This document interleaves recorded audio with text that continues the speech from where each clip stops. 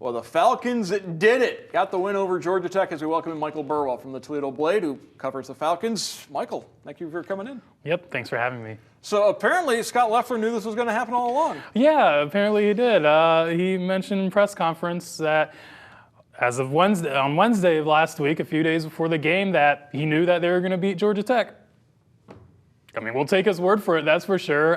He said the psyche of the team, just the way things are going, even after a really, really bad loss to Ohio, he knew his team was going to win, and sure enough, they just went out and completely dominated this football game. Unbelievable win. What was more impressive, the 38 consecutive points or digging themselves out of the 14-point hole to get those 37 consecutive? I think just the way this team has been, I think digging out of that early 14-0 hole, because that was in 5 minutes of gameplay. The first play of the game is a 53-yard touchdown pass, and then Georgia Tech moves like 70-some yards in 5 plays. 14-0, 5 minutes in, and I'm sure everyone's thought, especially up here in Ohio, is here we go again. And sure enough, they put together a really good scoring drive, get a couple stops on defense, and from there it just snowballed. It ballooned. I mean, they completely dominated this football game. They held Georgia Tech scoreless for a 40-minute stretch while scoring 38 points. They had a pick six in there. They're moving the ball on the ground, through the air. Connor Bazelak, great game at quarterback. Terrion Stewart, great game. Wide receiver Finn Hogan, who had 2 catches all year, just came to BG from Central Michigan, has the game of his life and the catch of the year probably for the Falcons.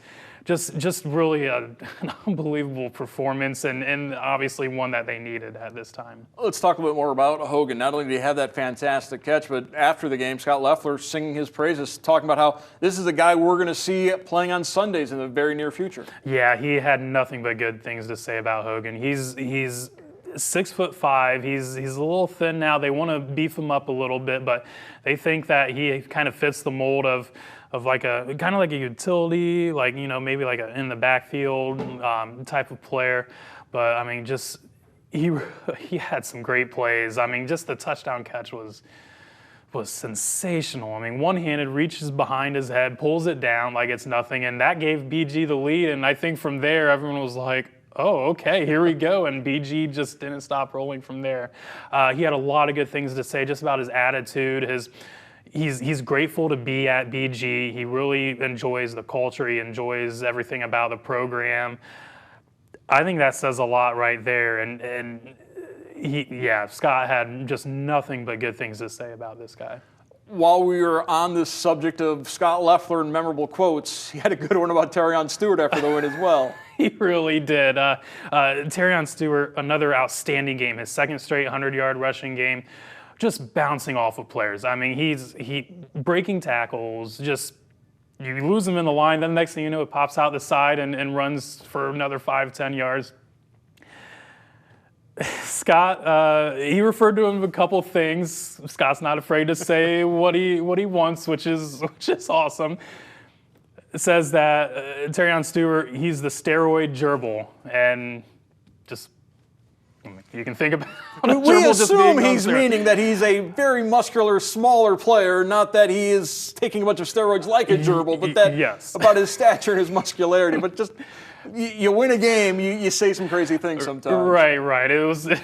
It kind of threw me off guard, but it really makes sense. I mean, Terrion Stewart is just a beast. I mean, he's so small. I mean, he's big, but he's just not very tall. Like, I mean, they have him listed at 5'9", and I mean, I haven't really stood next to him, but I mean, maybe even that's a little generous. But just, I mean, he is such a tenacious runner. He was so fun to watch, and I mean, the offensive line really performed well. This is a Georgia Tech defense that has, struggled. They've struggled against the run, but they have some pretty good players. And I mean, between the offensive line, Terrion Stewart running the ball, career high 26 carries.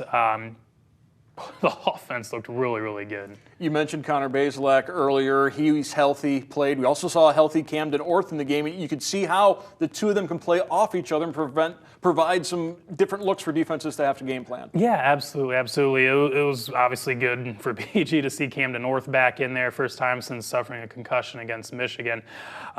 But, a couple opportunities in the red zone and a couple really hard-nosed runs. I mean, Camden North is not afraid to lower his shoulder, really go after a defensive player, try to fight for extra yards. And he was able to get BG's first touchdown on a 1-yard run. Really good effort, too. He was kind of stopped a couple times before the goal line and then just stretches across, gets the touchdown. I mean, his presence being out there is really important, and they really do feed off each other.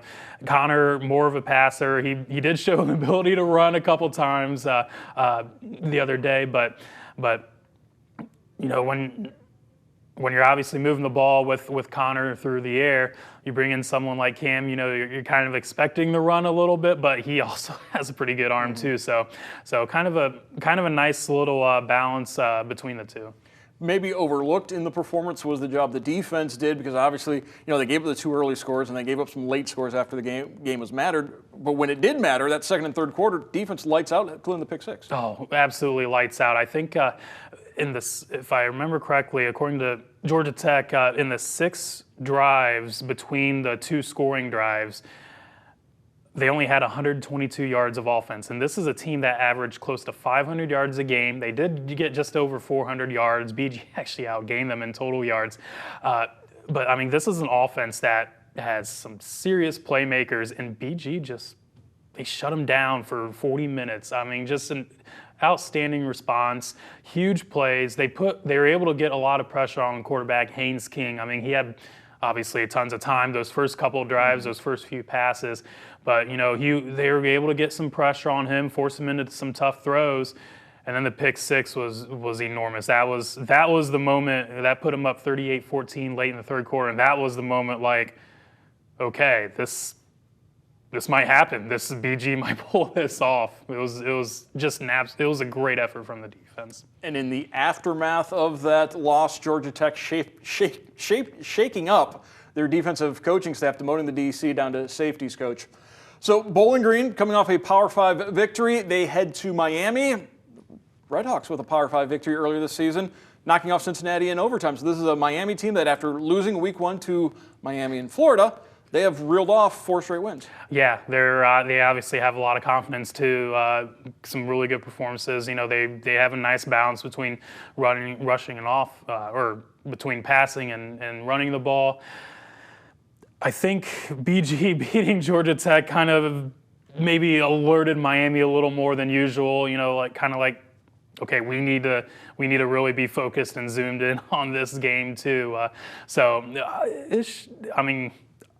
Should be kind of an evenly matched game. I think it's just going to come down to who takes care of the ball. And I mean, the million-dollar question every week, which BG team is going to show up? Is it going to be the team that absolutely just struggled in every way possible against Ohio, or the team that completely dominated an ACC team? And that's something Scott Loeffler is very much aware of. That was one of the first things he said after the win on Saturday is, we've got to follow this up with back-to-back wins. You look back to 2 years ago where they beat Minnesota and then laid an egg the rest of the season. Last year you beat Marshall and then not so good after that. So that's an important aspect of this Bowling Green psyche, is keeping that same momentum, practicing, preparing like you did against Georgia Tech for Miami. Right, absolutely. I mean, just to me, this is, I mean, by far one of the most important games of the year for BG. They have to be able to follow up a huge win with another huge win, and especially jumping back into conference play for the rest of the season. I mean, they can't afford to go 0-2 in the conference if they want to win the East Division. So just very, very important game. I mean, they've kind of become known for being able to pull off these really huge wins as huge underdogs, which, that's kind of cool, but I think they kind of want to be known for a little more than that, and, being able to win conference championships, put together 8, 9, 10 win seasons instead of just going, 5-7, 6-6, especially with the talent that they have on the roster. So it's just going to be interesting which BG team shows up this weekend. There's only 2 teams in the MAC that Bowling Green has a losing record against. Toledo, they're just 1 game under 500 against the Rockets, and Miami's the second one. We'll see if they get a little bit closer to the Redhawks this Saturday down in Oxford. I want to thank Michael Burwell from the Toledo Blade. You can read all of his coverage of the Bowling Green Falcons in the print editions as well as online. Thank you, Michael. Thank you.